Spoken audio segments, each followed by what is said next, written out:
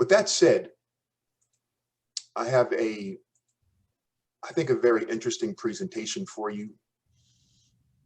And I prepared it just for you.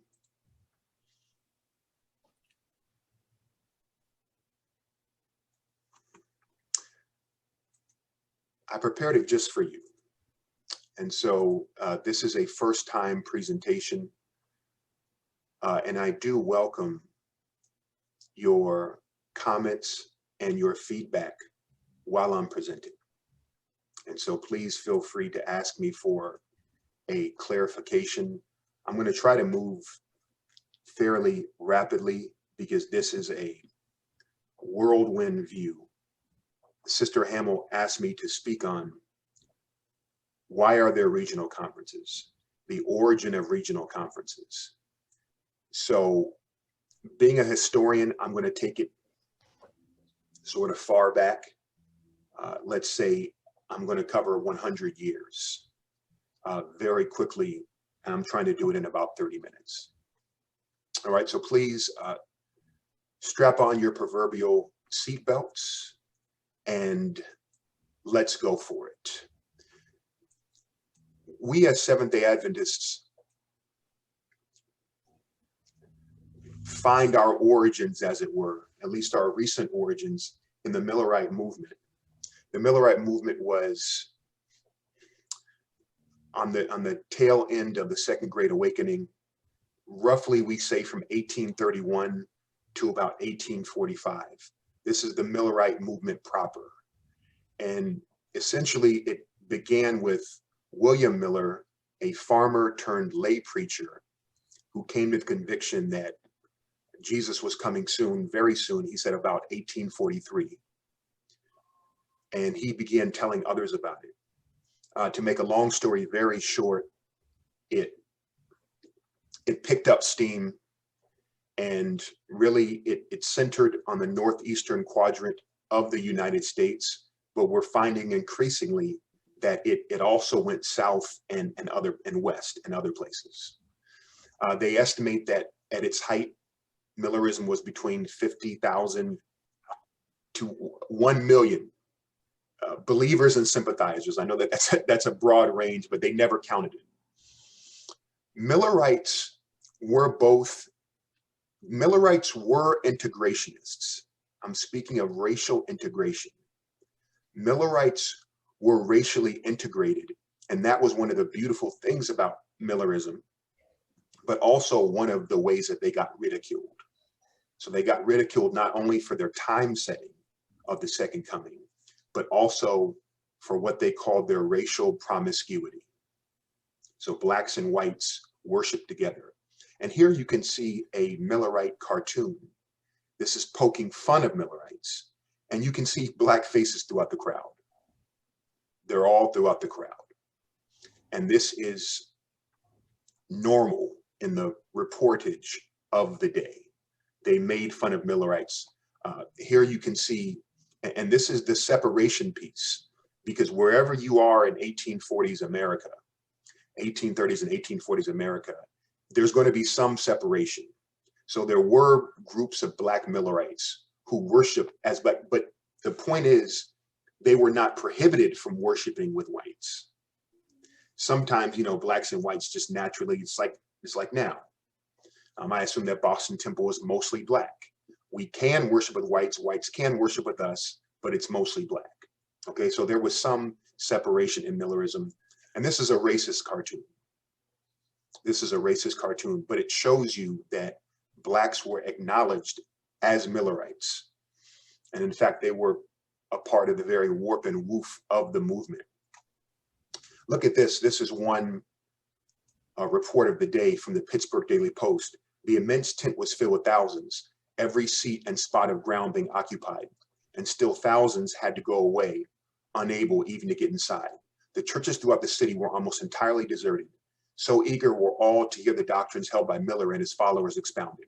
Among the vast assembly in the great tent, we noticed people of every profession and class of society, the high, the low, the rich, the poor, the aristocrat, the Democrat, preachers, saints and sinners, men, women, and children, white and black, all crowded and jammed together and almost suffocated with the dust, heat, and smoke. And this is a normal type of news story on Millerites. Their gatherings were very egalitarian in what one historian calls the democratization of American Christianity.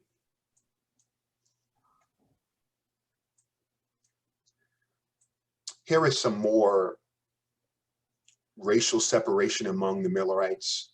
This is from 1843. It's dealing with a Millerite preacher named John Lewis. And they actually took up, it was a mixed Millerite meeting, and they actually took up an offering so that John Lewis could labor among blacks. He was a black man. He was a black minister so that he could labor among the black Millerites. And this is William Watkins. This is from 1844. And William Watkins is the leader. He's the pastor of a black Millerite group in Baltimore. So I'm establishing something that's showing that there always was some racial separation in the United States. You're never going to get beyond that. Even now, ironically, even now, these are some early Black Adventists. I love showing this slide because we've never had this many pictures, this many images of early Black Adventists. I don't have time to go into all of them, but in early Seventh-day Adventism, and let's call that for our purposes here, 1845 to about 1865, let's call it that. There was racial integration in the churches. As you know, Adventism at the time was almost totally in the north, in the northern United States. And from all accounts, there was no separate churches, no churches separated based on race in early Seventh-day Adventism. I'm speaking like 45 to 65. So that's a very important point, very important point. And the first church, the first acknowledged Adventist congregation in Washington, New Hampshire, was racially integrated. And there were Blacks who were a part of that congregation. The one recent discovery of perhaps the first Black Seventh-day Adventist minister was Ari L. Barr. Ari L. Barr. And Barr chaired General Conference sessions. Now, they were called General Conference sessions back then. They were sort of like state conferences. They weren't the sessions that we know now, but Barr was the chairman. You can see this. Ari Barr was chosen as chairman, Frederick Wheeler as secretary. They read a letter from James White. And so, and Barr chaired several of these meetings, and it was how to operate the work in a given area. So you had interracial leadership in early Adventism. That's very important because it will be a long time until we see that again. So you see a Black man leading whites in early Adventism. At this General Conference session, at this, it was the Battle Creek Conference. We don't have General Conference sessions until 1863 when the church is officially organized.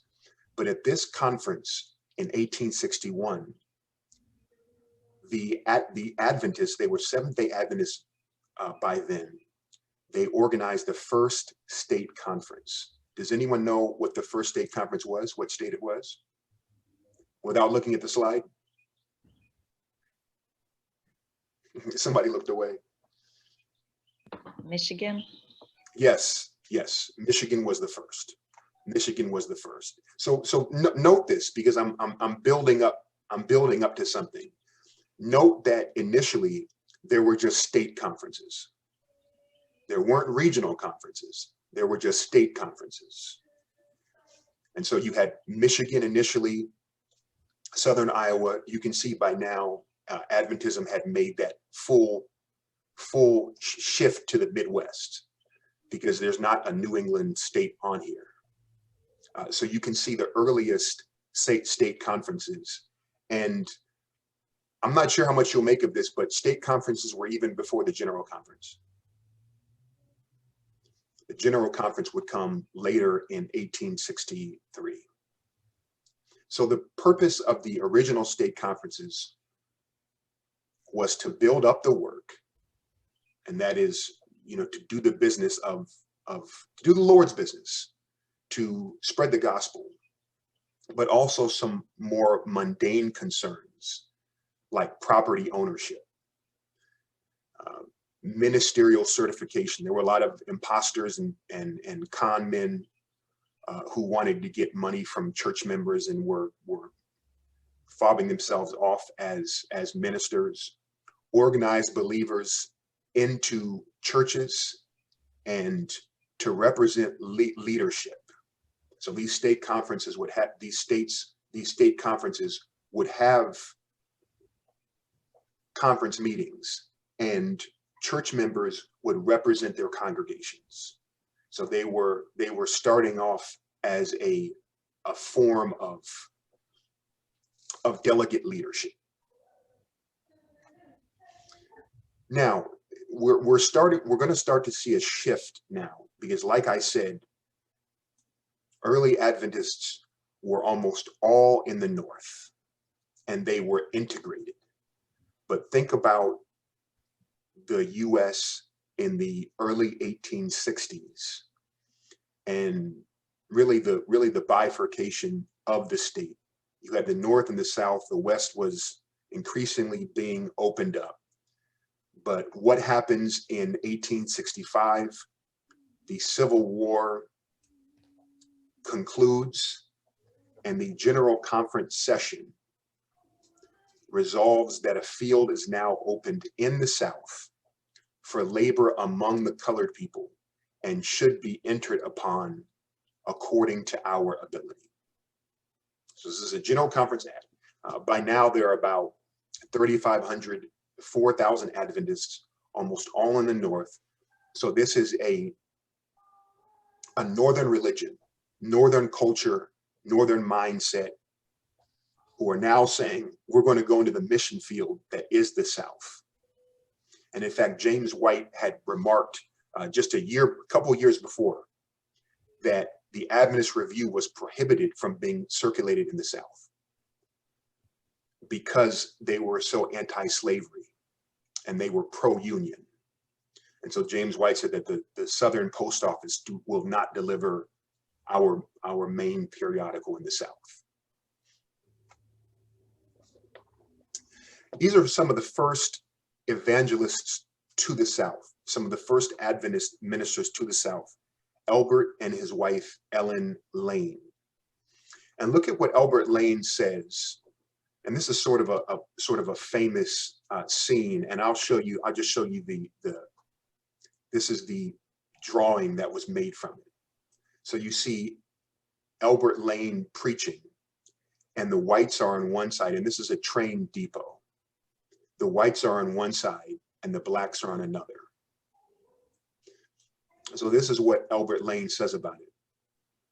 After a few days preparation, I came to this place, Edgefield Junction near Nashville, Tennessee. Let's go ahead and move on down. Accordingly, the freight room was prepared and the platform outside also seated before all could be. I'm sorry, I'm skipping what I should be reading. There is but one church, Catholic, in the place, and as the schoolhouse was small, we accepted an invitation to occupy the station and telegraph rooms in the depot building, the white people occupying one room and the colored the other. And this just happened naturally. They did this naturally. That was the custom. So Albert Lane did not separate them. They separated naturally. And that's very important, because in the North, as I said, Adventists did not racially segregate at this time. Look at what D.M. Canwright says about what he experienced in Dallas, Texas. This is near Dallas, Texas. So he goes there in 1876. Near here, Eddie Capman, one of our young brethren, has a night school 3 evenings in the week for the colored people. I attended one evening. It was held in a little log cabin. In this were rude seats with a rough table in the center. On this was an ordinary lantern for light. Around this table were seated about a dozen colored people, ranging from Parson Green Medlin with his white locks down to little children of 8 or 10 years. All the older ones had been slaves. Now they were learning to read, spell, write, etc. The younger ones seemed to get along well, but the older ones have to work for it. To me, it was really touching to see a man of 40 trying. So he talks about how with wagons, men, women, and children, both white and black, to the number of 100 or more, the horses were laid. Here I saw something new. Okay, look at what he says here. Here I saw something new. The whites all seated inside the house, and the colored people all outside. An invariable custom through the South. I had the best of attention, and a deep impression was made. So these Adventist evangelists are coming in from the North, and they're encountering something new, because all they had seen was racial integration. So this is Adventism, idealistic Adventism. We've talked a lot about how early Adventists were anti-racist, and they were condemning America for the injustice of slavery, for injustice of enslaving Black people. And so they come to the South idealistic, and here they are experiencing what's called the color line or racial segregation.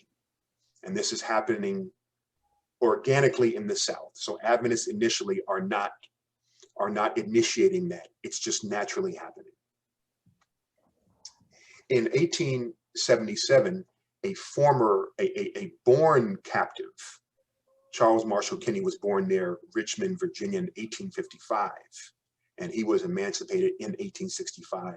He goes west, and in Reno, Nevada, in 1877, he hears John Loughborough and Ellen White preach, and he becomes a Seventh-day Adventist. He goes to what is now Pacific Union College, and he becomes an Adventist minister. So he is an early Black Adventist minister. And so in the 1870s, late 1870s, late 1880s, we now have a handful of Black ministers who are going to the Midwest and then to the South. And Charles Marshall Kinney is one of them. He's going to become an important player. And there is also Alfonso Berry. He does ministry. A lot of these are doing ministry in the Upper South. He starts a church in Kentucky, and he's also in Tennessee and other places in the so-called Upper South. Now, the earliest leaders in the South were whites. So initially, there was the Kentucky and Tennessee Conference. This is in 1876. And then there was a General Southern Mission, and it became District Number 2 in 1888, and then the Southern Union Conference in 1901. So Adventists organized the South, but over the South were these white leaders with separate Black churches. So this is the scenario. And here you see really two titans of early Adventism, and that is George Irwin, who would become a General Conference president. George Irwin actually fought in the Civil War, and he fought on the side of the Union, of course, and he was imprisoned in Andersonville, Georgia. And then Robert Kilgore, a giant of the early Adventist work, and probably one of the more important figures in this presentation.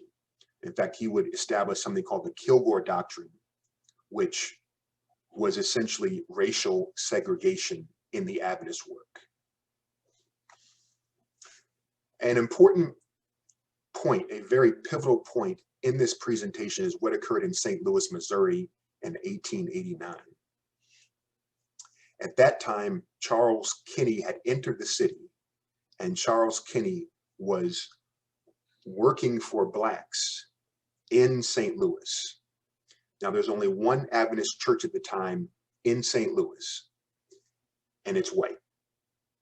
So Charles Kinney brings the black converts into the white church in St. Louis, and they are treated in a very racist way. They are treated reprehensibly. And at this time, Charles Kinney says, we may need a separate black church because my converts are leaving because of how racist they're treated. Ellen White would also visit St. Louis around that very time. And she said it was horrible the way that the black converts were treated. And she said, I cannot think of what happened in St. Louis without a feeling of dread coming over me.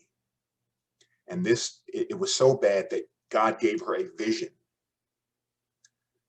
rebuking what happened, how the whites treated the blacks in St. Louis. And that was the occasion for her 1891 speech, Our Duty to the Colored People. Also in 1889, Charles Kinney was ordained, and at his very ordination ceremony, he and other black Adventists were segregated. And it was at this time that Charles Kinney, he may be the progenitor of the idea of separate black conferences. But note his reason. His reason is that blacks will leave because they're treated in such a racist way that we need something separate. Because, I mean, you know, they just come into the truth. So they're babes in Christ, and they're getting discriminated against based on the color of their skin by those who have the truth, by whites who have the truth. So he said, this is not going to be good for evangelism. So you see Kinney's statement, he says, everything in the third angel's message removes the obstacles of racism. This message is geared to remove racism, but it hasn't. You know, people aren't letting it remove racism. And so in order for the work to prosper, we will probably need separate churches and separate and a whole separate work, a separate conference. Okay, so it's important to hear what Kinney's saying and why he's saying it. He's saying we want to be around the whites. They have the truth. They know the doctrines. So we need this. But at the same time, they're treating us horribly because we're black. Now, Ellen White, as I said, you can see that she says, while at St. Louis a year ago. So she's drawing from her experience at St. Louis. She gives this talk to General Conference leaders in March 1891 called Our Duty to the Colored People. You may have heard of it. It's very famous. It was in her book, Southern Work. Now, I'm going to present this Our Duty to the Colored People in a different way. I'm going to present it as it was a wonderful message inspired by God, but it wasn't clear what exactly she was saying. Okay, and you probably haven't heard it presented like this, but it wasn't clear as to what exactly she was saying with race. Now, she said, in heaven we'll all be there, and heaven will be egalitarian. There won't be any differentiation based on race. We'll all be one in Jesus in heaven. But then she talks about what's actually going on earth. So I have extracted a couple of quotes from this talk. You can read it in its full context online. Just type in Our Duty to the Colored People. So I've extracted some quotes just because we don't have a lot of time. Okay, so she says, while at St. Louis a year ago, as I knelt in prayer, these words were presented to me as if written with a pen of fire, all ye are brethren. The Spirit of God rested upon me in a wonderful manner, and matters were open to me in regard to the church at St. Louis and in other places. The spirit and words of some in regard to members of the church were an offense to God. They were closing the door of their hearts to Jesus. Among those in St. Louis who believe the truth, there are colored people who are true and faithful, precious in the sight of God of heaven, and they should have just as much respect as any of God's children. Okay, You have no license from God to exclude colored people from your places of worship. Treat them as Christ's property, which they are, just as much as yourselves. They should hold membership in the church with the white brethren. Every effort should be made to wipe out the terrible wrongs which have been done to them. At the same time, we must not carry things to extremes and run into fanaticism on this question. Some would think it right to throw down every partition wall and intermarry with the colored people, but this is not the right thing to teach or practice. Another place, same talk. We should educate colored men to be missionaries among their own people. We should recognize talent where it exists among the people, and those who have ability should be placed where they may receive an education. Again, there are able colored ministers who have embraced the truth. Some of these feel unwilling to devote themselves to work for their own race. They wish to preach to the white people. These men are making a great mistake. They should seek most earnestly to save their own race, and they will not by any means be excluded from the gatherings of the white people. So even at this time, we see Ellen White counseling that we're all equal in Christ, and blacks should not be excluded from worshiping with whites. But at the same time, it would be best for blacks to work for their own people. Do you see how the separation of the work is starting?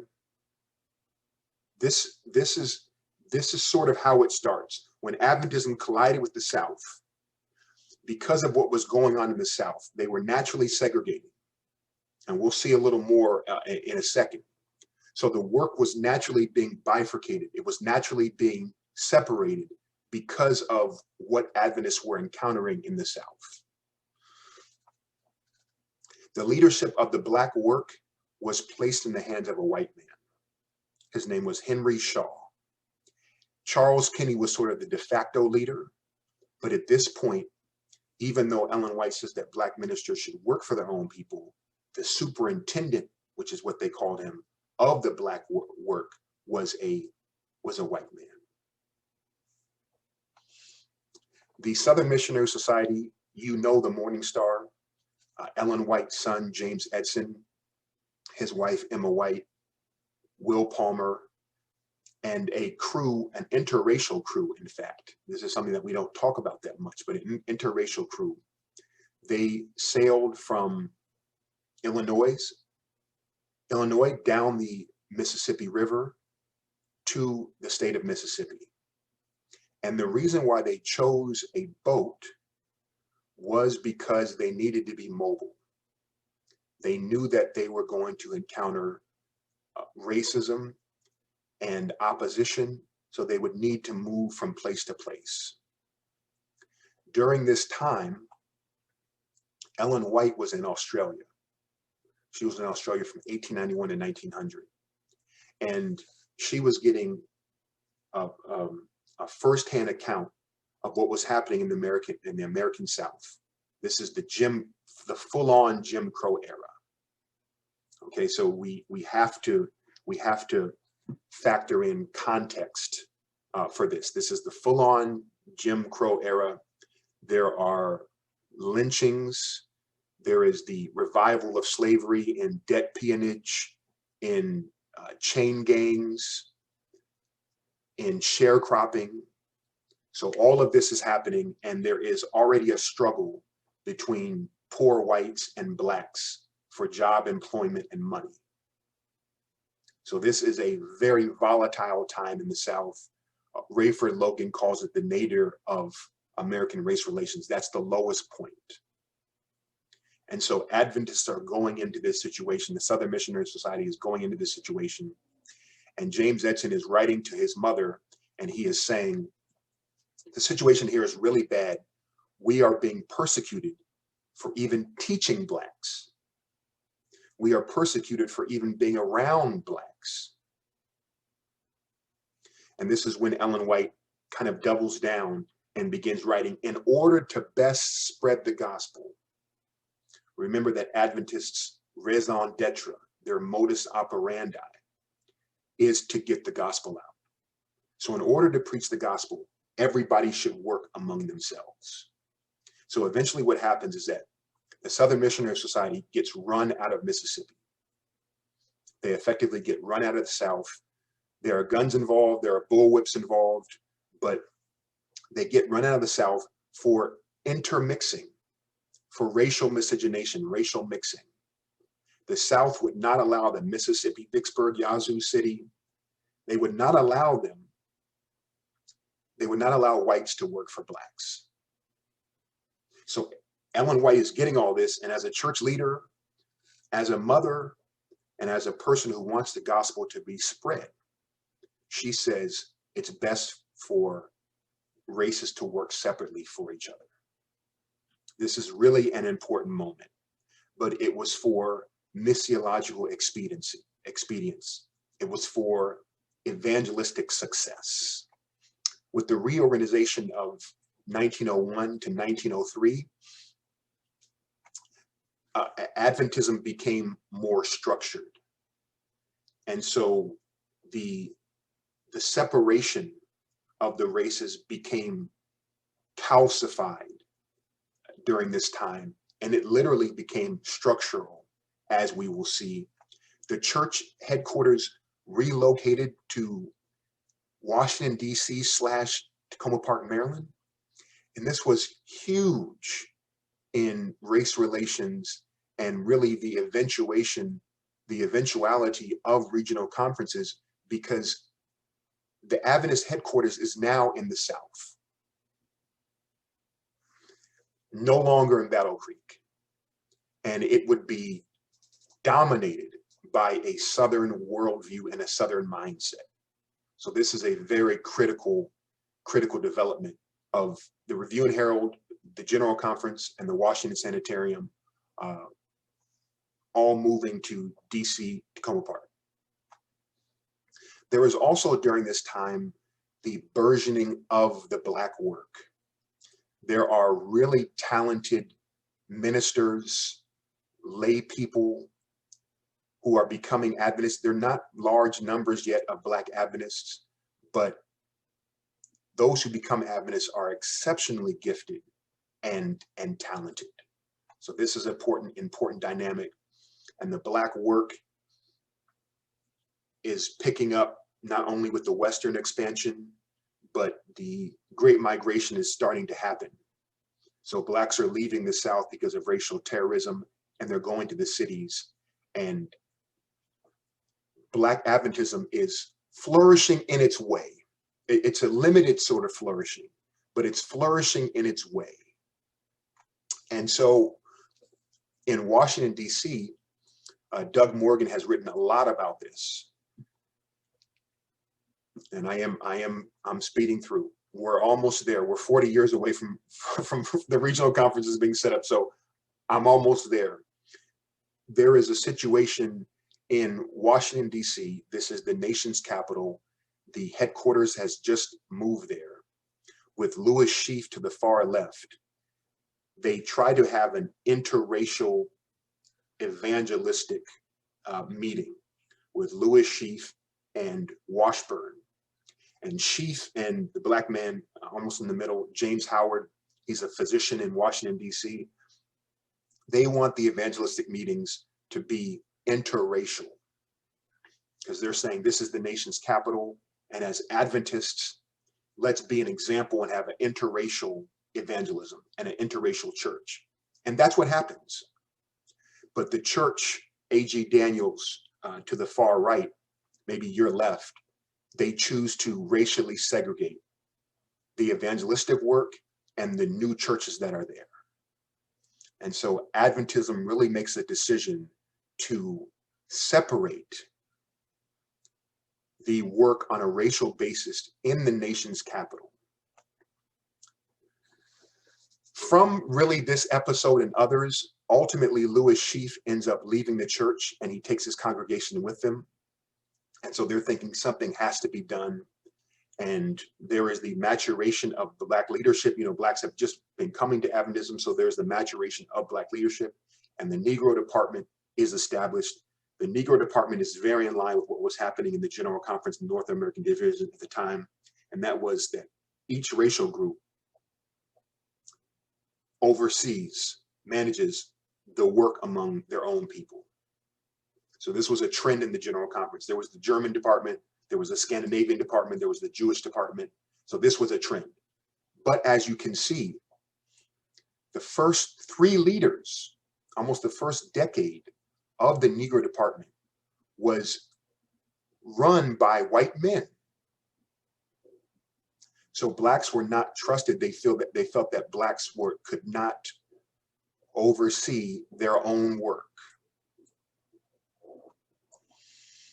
And of course, around this time, you have Ellen White writing. Once again, she's writing as a denominational leader, as a prophet, as someone concerned with the lives of Adventists, and one who ultimately, above all, wants to see the work go forward. She says, let the colored people work chiefly for those of their own race. In regard to white people and colored people worshiping the same building, this cannot be followed as a general custom with profit to either party, especially in the South. And at the time, DC and Maryland were considered the South. The best thing will be to provide the colored people who accept the truth of places of worship of their own, in which they can carry on their services by themselves. This is particularly necessary in the South in order that the work for the white people may be carried on without serious hindrance. Let the colored believers be provided with neat, tasteful houses of worship. Let them be shown that this is done not to exclude them from worshiping with white people because they are black, but in order that the progress of the truth may be advanced. Let them understand that this plan is to be followed until the Lord shows us a better way. This is a time in which almost all of America was segregated. And Ellen White says it's best to follow this custom until we get more light on it. Now we're going to talk about how, like I said, I am wrapping up, but we're going to talk about how this was later used by racist people, racist white people, to perpetuate segregation indefinitely. There are people who still quote from statements like this and say blacks and whites shouldn't marry because Ellen White was against interracial marriages.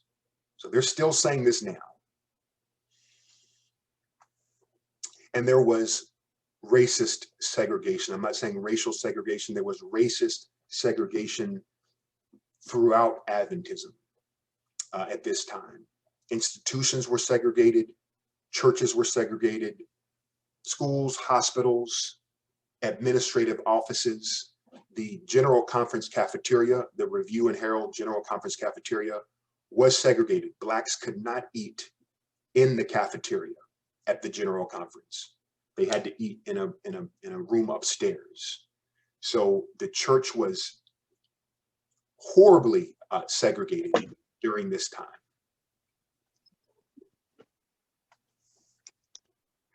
There was simultaneously the rise of Black leadership and the suppression of Black leadership.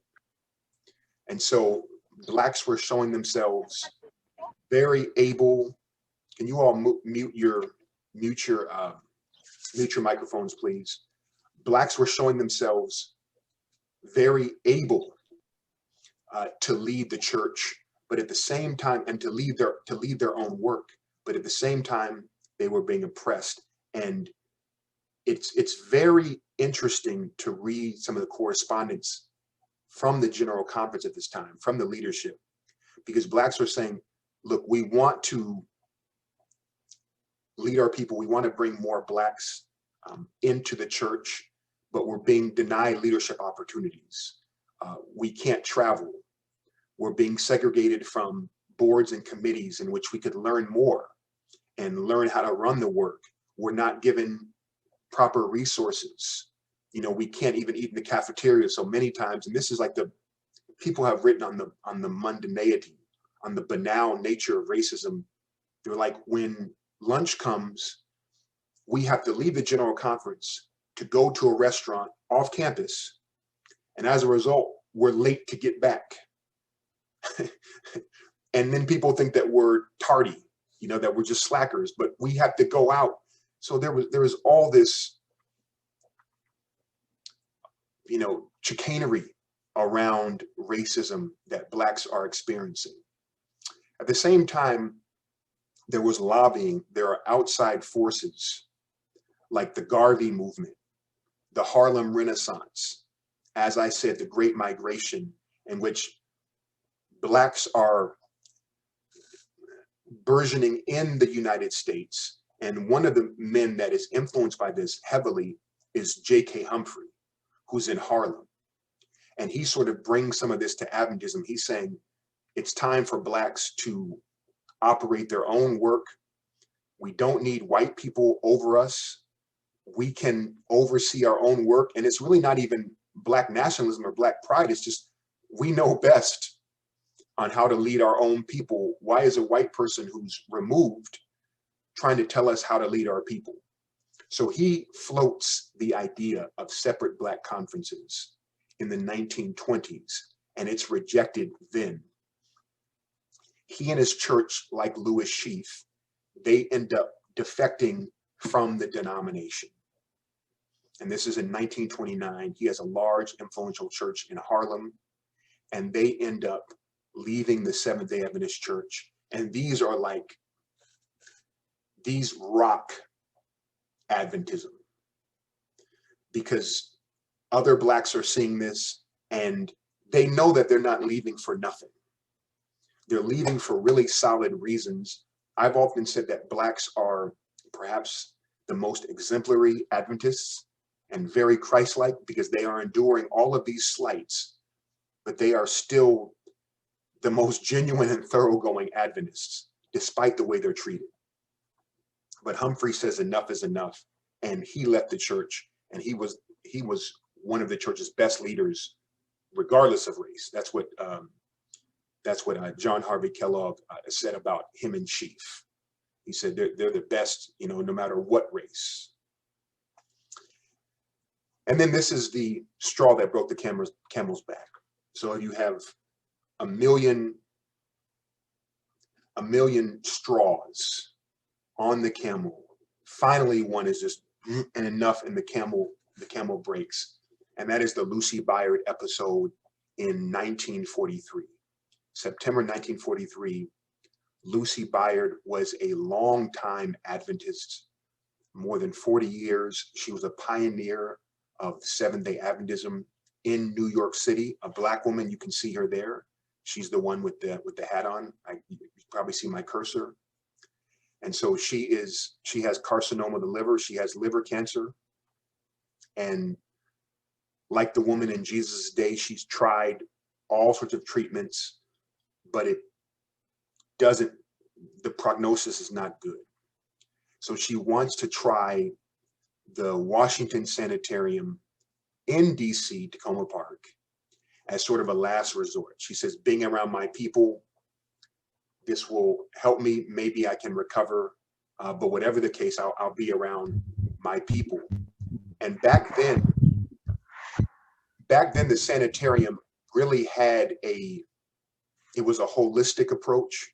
So it wasn't just a hospital. There was a social aspect, eating right, being outside. And so that social aspect, she had a pastor arrange for her to go. She needed some help financially, but they arranged it, and they did not know. The Washington Sanitarium agreed that she could be admitted to the sanitarium, but they didn't know that she was Black. And so when she arrived in September 1943, they realized that she was Black, and they communicated to her and her husband, and her husband's the gentleman in the far right, maybe your left, in the hat. He's kind of looking down. That's James Byard. They communicated to Lucy and James Byard, you are not welcome here. You can go to the Freedmen's Hospital in DC. That's now Howard University Hospital, but you are not welcomed here. So this is an Adventist hospital, 1943, that is funded, at least partially, by Black tithes and offerings. And they are denying admission to a Black Adventist woman with liver cancer. And she's in her 60s. So when Black Adventists heard about this, and this is even before Lucy Byard died. She died a month after. She died in Freedmen's Hospital a month after she was denied entrance into the Washington Sanitarium. When they heard about this, They said enough is enough, and they began protesting. Interestingly, the protest of Black Adventists was not about we want to be separate from you. It's we want to be integrated. This is a very important point. They weren't saying we need separate conferences. They were saying you need to accept us now because we're brothers and sisters in Christ. Our monies are paying for these institutions. This is the right thing to do. And so you see, this is an image from Dr. Douglas Morgan's new book called Change Agents. And this is actually a committee that was formed to protest and demand justice. And this was all based on the Bible and spirit of prophecy for the racial injustice that was occurring in the church. And you'll know some of these names. Eva B. Dykes, the first Black woman to complete the requirements for a PhD. Valerie Justice, she received her PhD from Ohio State University. J. Mark Cox, Addison Pinckney, who would go on to be, the 5th president of Oakwood University. So all these Blacks came together, lay people, and they petitioned, they lobbied church leadership and said, something needs to be done. Racial justice needs to be done in the church. And their recommendation was full integration, full integration, full integration. And you can see a little bit of their protest pamphlet. Shall the 4 freedoms function among Seventh-day Adventists? And they laid out exactly what was going on in the church, systematic racial discrimination, and what needed to be done to remedy it. And ultimately, there was politics. There was politics. What should be done?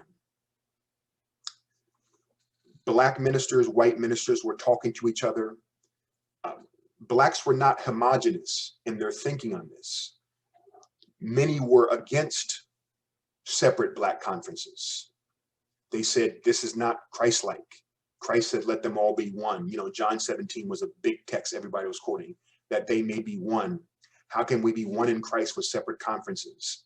So there was a back and forth in many church meetings, in many leadership meetings as to what should be done. Do we really want to separate? What does this mean? But I think that everyone realized at that time that something had to be done, that the way that things were going, it would lead to something catastrophic if the leaders did not act. And so in April 1944, at the GC Spring meeting at the Stevens Hotel in Chicago, Illinois, regional conferences were approved. So this is when they said we are going to organize. They officially said we're going to organize regional conferences. December 1944, the first regional conference, Allegheny Conference, there wasn't Allegheny East and West yet. It was organized, and then the next month, 3 regional conferences debuted. And here you see the 4 original presidents: Herman Murphy, John Wagner, Louis Bland, Harold Singleton, and J.G. Dasent. My final slide. 7 reasons regional conferences were created. Why were regional conferences created? Black Adventists responded to and protested racial injustice. Bear in mind, though, they were not saying we want separation. They were saying we want integration. But white Adventists refused to integrate with Black Adventists. The white leadership structure had a decision to make. Do we have integration? Keep the conferences together, but let Blacks come to the institutions, let Blacks have some leadership, include Blacks, and they said no. They said no. White Adventists prohibited Blacks from operating their own work. Black work received insufficient support and was suffering as a result. Black work needed facilitation, evangelistic, educational, ecclesiastical, medical. White Adventists deemed Blacks, they finally deemed Blacks qualified to operate their own program grudgingly, I might add. And ultimately, the majority of white and Black leadership was in favor of the regional conference structure. I do want to say that there are several books that really cover this well. Telling the Story, which you can get free online. Just Google Telling the Story PDF, and it will come right up. A fairly new book by Calvin Rock called Protest in Progress, which deals with this very thing. He sees Black Seventh-day Adventist history as a series of protests. And the newest book, Change Agents by Douglas Morgan, and this is on that lay group that I mentioned that ultimately, I think, moved the lever toward regional conferences. Thank you very much.